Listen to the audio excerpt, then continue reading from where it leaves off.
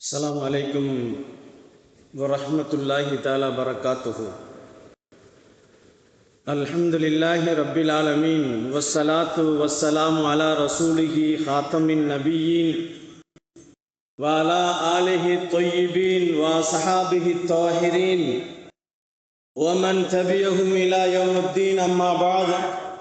ஃபகத் கால அல்லாஹு தஆலா ஃபீ மஹ்கமி தன்ஸீல் வல் ஃபுர்கானில் அலீம். أعوذ بالله السميع العليم. بسم الله الرحمن الرحيم.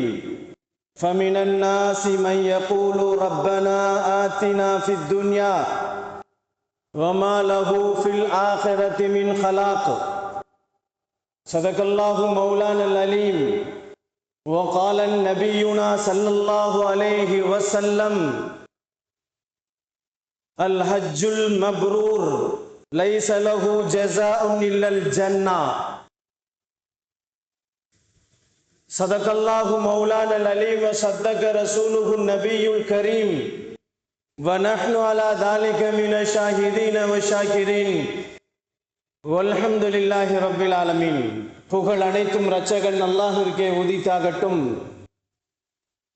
பூமான் நபி ஸல்லல்லாஹு அலைஹி வஸல்லம் அவர்களின் மீதும் அவர்களின் குடும்பத்தார்கள் மீதும் பெருமானா ஸல்லல்லாஹு அலைஹி வஸல்லம் அவர்களின் தோழர்கள் சஹாபாக்களின் மீதும் தாபீன்கள் மீதும் தபா தாபீன்கள் மீதும்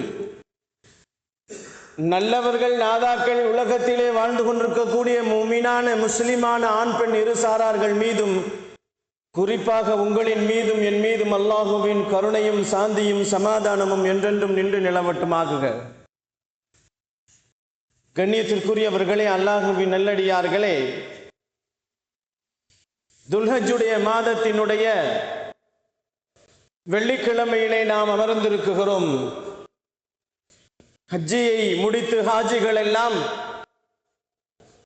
சிலர்கள் தங்களுடைய இல்லங்களுக்கு திரும்பி விட்டார்கள்.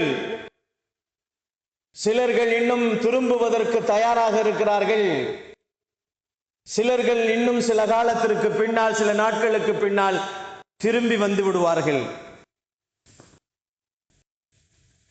எல்லா ஹாஜிகளும் தங்களுடைய ஹஜ்ஜுடைய கடமைகளை நிறைவேற்றிவிட்டு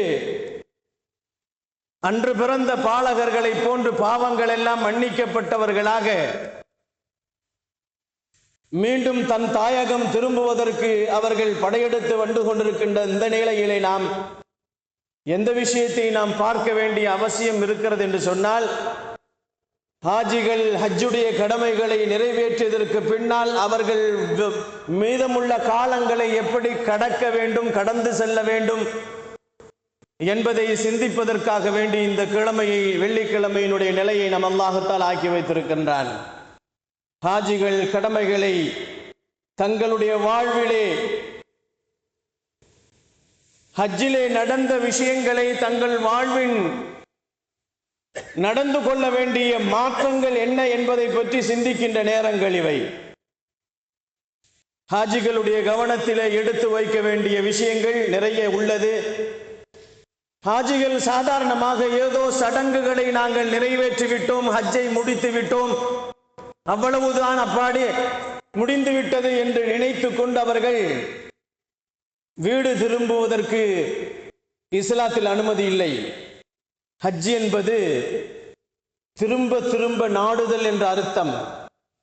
ஹஜ் என்பதற்கும் உம்ரா என்பதற்கும் திரும்ப திரும்ப அந்த இடத்திற்கு போகுவது, அந்த நாட்டம் நமக்கு வர வேண்டும் என்பதைத்தான் சொல்லப்படுகிறது.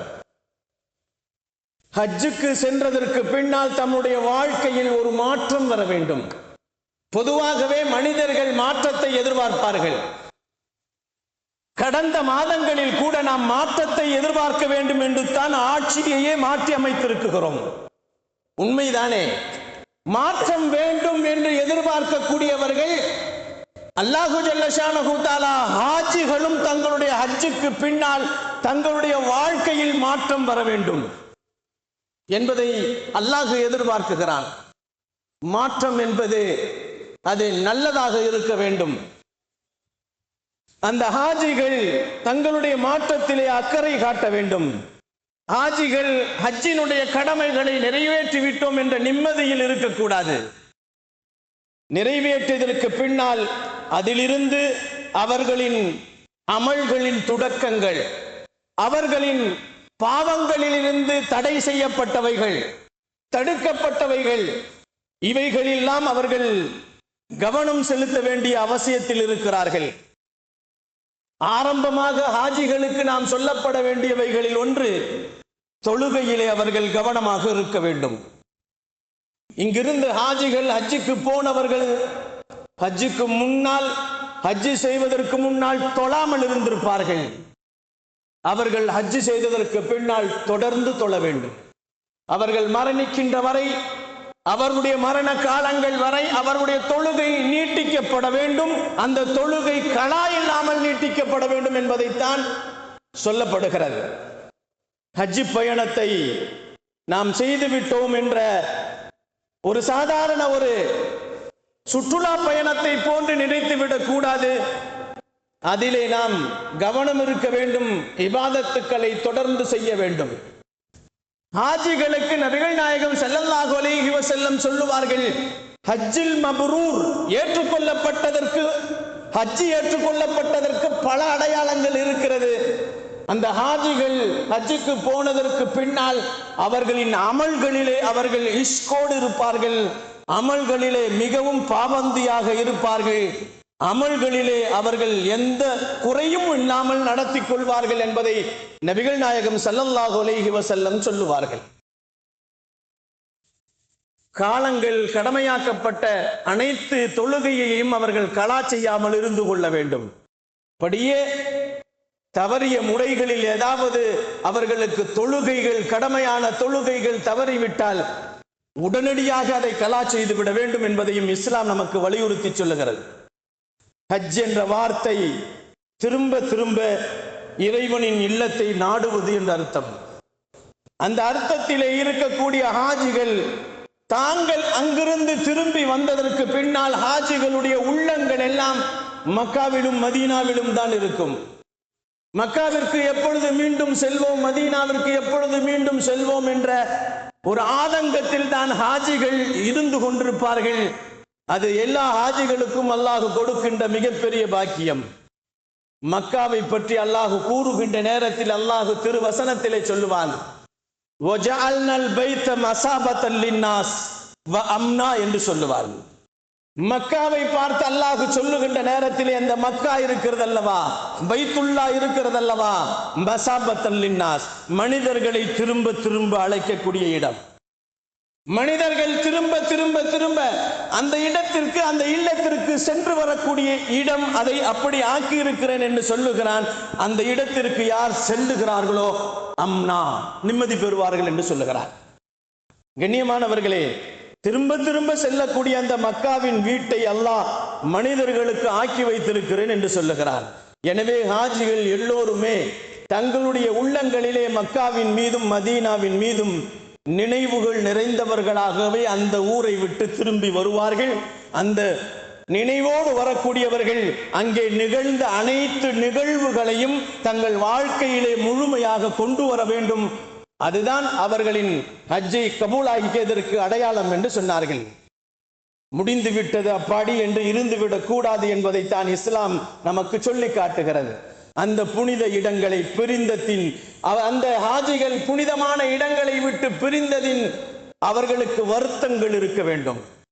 இந்த இடத்தை விட்டு நாங்கள் பிரிந்து விட்டோமே, 40 நாட்கள் அல்லது 30 நாட்கள் அந்த காபாவிலேயும் மதீனாவிலேயும் நாங்கள் அந்த இடங்களிலே நாங்கள் கண்கொள்ளக்கூடிய காட்சிகளையும் அங்கே செய்த அமல்களையும் அவர்கள் மனதிலே நினைத்து கொண்டு இருப்பது மட்டுமல்ல, அந்த ஹாஜிகள் அங்கே விட்டுவிட்டு, அமல்களை எல்லாம் விட்டுவிட்டு, காபாவை விட்டுவிட்டு, மதீனாவை விட்டுவிட்டு திரும்பி வீட்டுக்கு வந்து விட்டோமே என்ற கவலை அவர்களுக்கு வர வேண்டும் என்பதை நபிகள் நாயகம் ஸல்லல்லாஹு அலைஹி வஸல்லம் சொல்லுவார்கள்.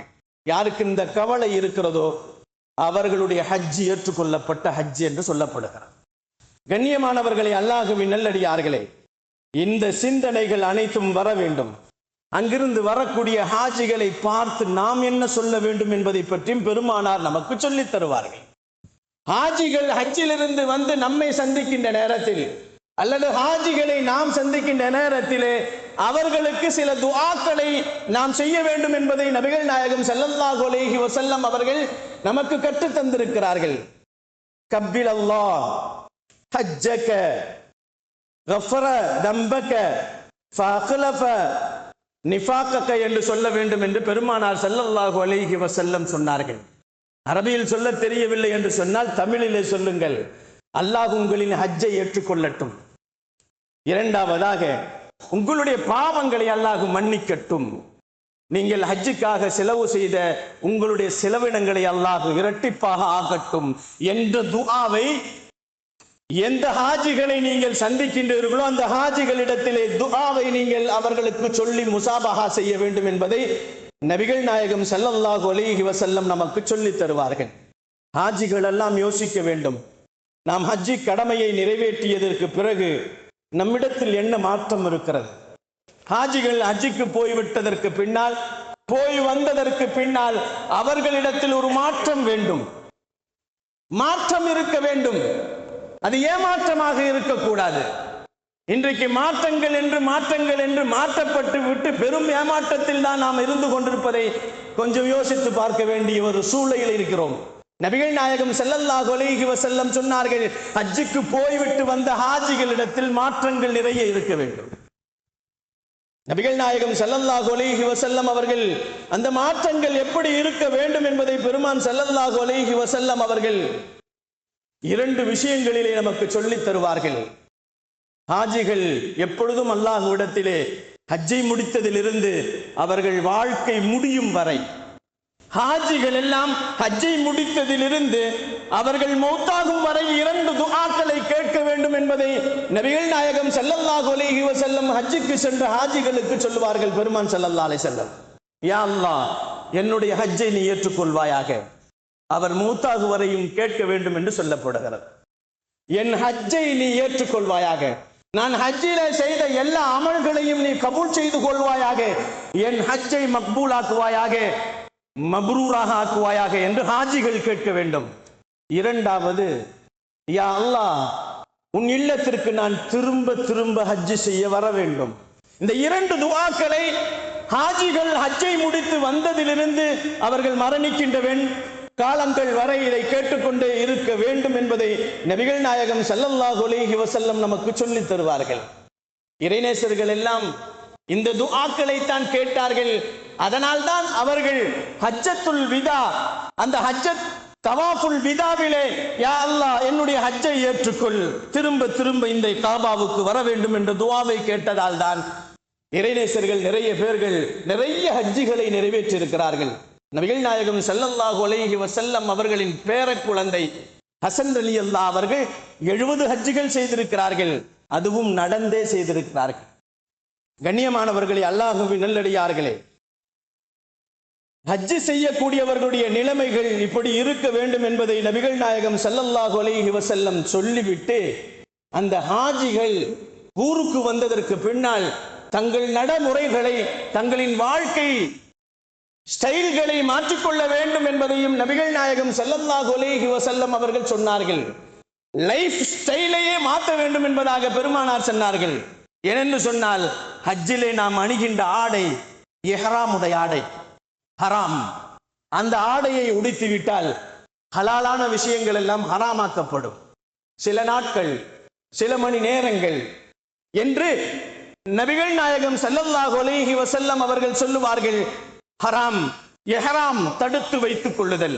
இஹ்ராமை அணிந்து விட்டால் நெகம் வெட்டுவது தடுக்கப்படும், வாசனை திரவியங்களை போடுவது தடுக்கப்படும், மனைவி இடத்திலேயே ஆசையான வார்த்தைகளை பேசுவதும் தடை செய்யப்படும். இது இஹ்ராமுடைய ஆடையில் இருந்தால், அதே நாம் தொழுகின்றோம், தொழுகையிலே நிற்கின்ற நேரத்திலே தக்பீர் தஹரீமா என்று அல்லாஹ் அக்பர் என்று தக்குகின்றோம் அல்லவா? அந்த தக்பீர் தஹரீமா, ஹராமாக்கப்பட்ட அமல்களை ஹராமாக்கப்பட்ட தக்பீர் என்று சொல்லப்படக்கூடிய அந்த தொழுகையிலே சில விஷயங்கள் நமக்கு ஹராமாக்கப்படுகிறது.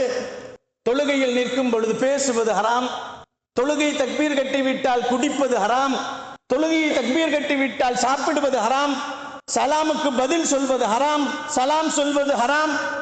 கண்ணியத்திற்குரியவர்களே, இவைகளெல்லாம் தொழுகையிலே ஹராமாக்கப்பட்டிருக்கிறது. அதே போன்று ஹஜ்ஜிலேயும் இஹ்ராம் கட்டிவிட்டால் சில விஷயங்களை நாம் தடுத்திருப்பது நம் மீது கடமை என்றுதான் அந்த ஹஜ்ஜுக்கு சென்ற ஹாஜிகள் எல்லாம் தங்களுடைய இடத்திலே சில விஷயங்களை தங்களுக்கு மத்தியிலே தடுத்து வைத்திருக்கிறார்கள் என்பதை நாம் பார்த்திருக்கிறோம். கண்ணியமானவர்களே, அவர்கள் ஹஜ்ஜில் மட்டும் இந்த குறிப்பிட்ட காலங்கள், குறிப்பிட்ட நேரங்கள், இப்படி தன்னிடத்திலே அல்லாஹ் சில விஷயங்களை தடுக்க வேண்டும், ஹராமான விஷயங்களை செய்யக்கூடாது என்பதை அல்லாஹ் தடுத்து வைத்திருக்கிறான் அல்லவா? அது மற்ற காலங்களிலும் சில இடங்களிலே ஹராமாக்கப்பட்ட விஷயங்களும் நம் வாழ்க்கையில் தடுத்திருக்க வேண்டும் என்று சொல்லப்படுகிறது. வட்டி வாங்குவது ஹராம். அதை நம் காலம் முழுக்க நாம் வாழ்க்கையிலே வட்டி வாங்குவதையும் வட்டி கொடுப்பதையும் தடுத்துக் கொள்வது மிக முக்கியமான இஸ்லாத்தின் கடமைகளிலே சொல்லப்படுகிறது. வட்டி வாங்குவதும் வட்டி கொடுப்பதும் ஹராம். நபிகள் நாயகம் ஸல்லல்லாஹு அலைஹி வஸல்லம் கடுமையாகவே சொல்லியிருக்கிறார்கள்.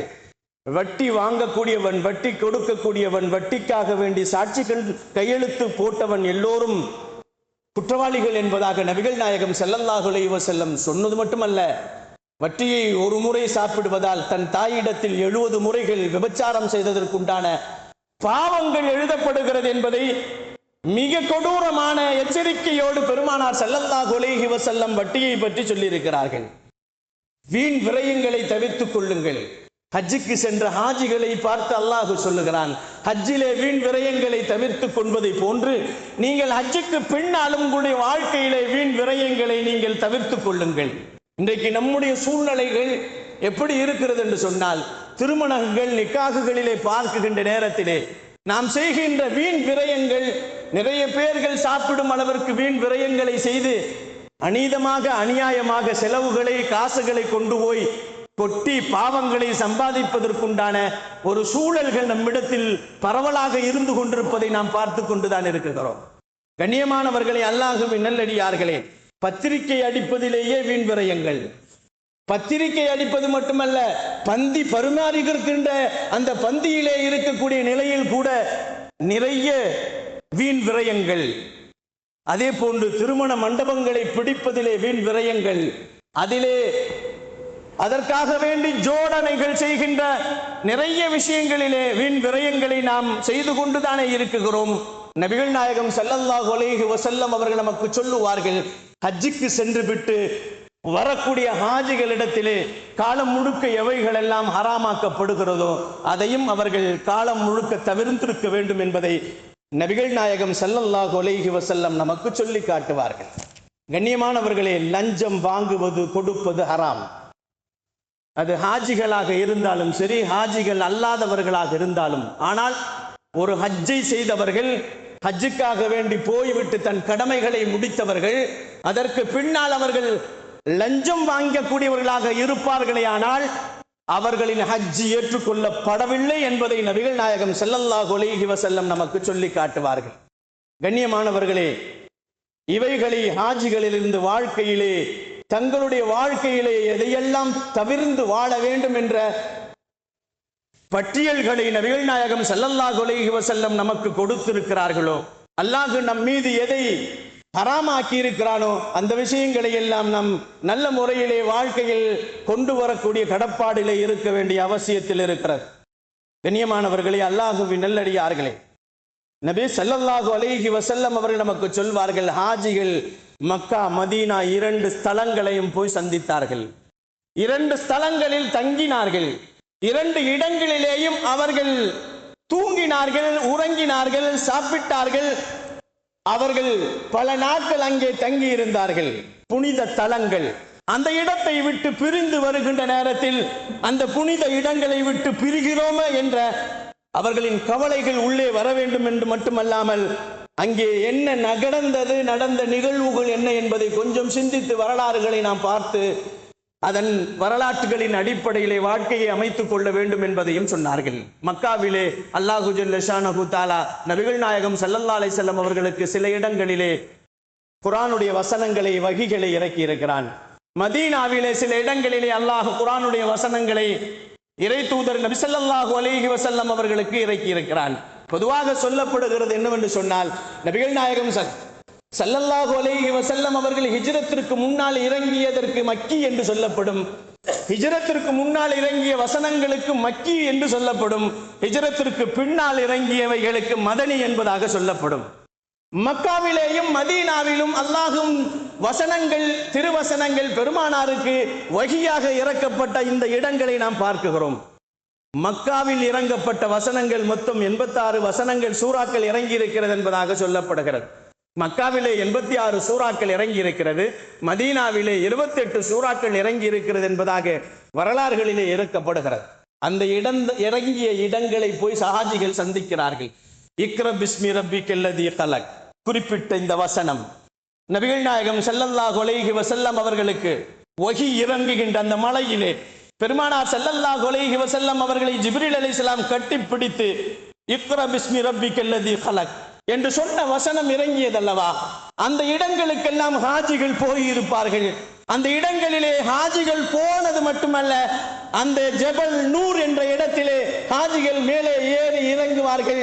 அங்கே அல்லாஹுவின் வசனங்கள் இறங்கிய இடங்கள் இருக்கிறது. அதையெல்லாம் ஹாஜிகள் கவனத்தில் கொள்ள வேண்டும். யா ஐயுகல் முஸம்மில் என்ற வசனம் இறங்கிய இடங்கள் இருக்கிறது.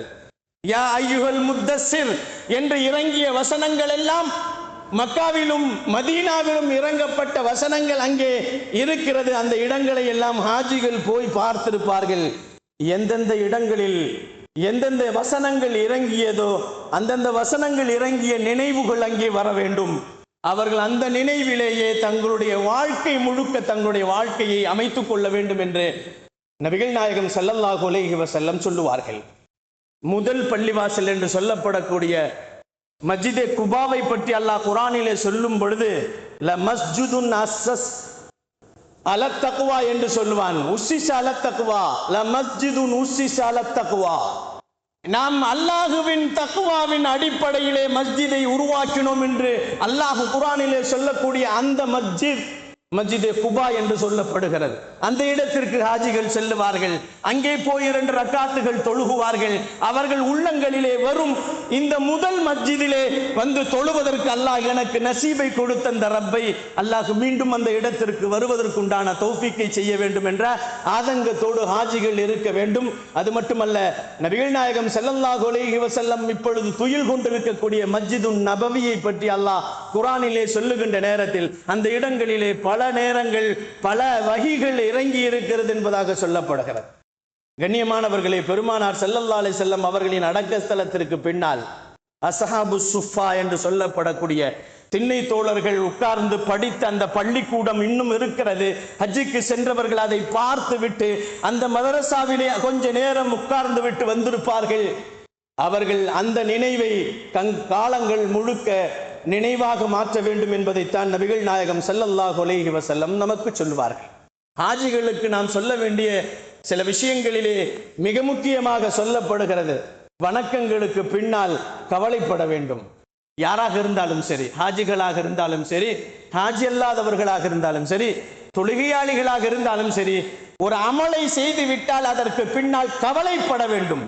நபிகள் நாயகம் ஸல்லல்லாஹு அலைஹி வஸல்லம் சொன்னார்கள், அமலுக்கு பின்னால் கவலைப்படுங்கள், அமலுக்கு பின்னால் பெருமைப்படாதீர்கள் என்று சொல்லுவார்கள் நபிகள் நாயகம் ஸல்லல்லாஹு அலைஹி வஸல்லம். நான் ஹஜ்ஜை முடித்து விட்டேன், என்னை ஹாஜி என்று சொல்வார்கள் என்று பெருமைப்படாதீர்கள், என்னை தொழுகையாளி என்று சொல்வார்கள் என்று பெருமைப்பட்டு தொழுகாதீர்கள்.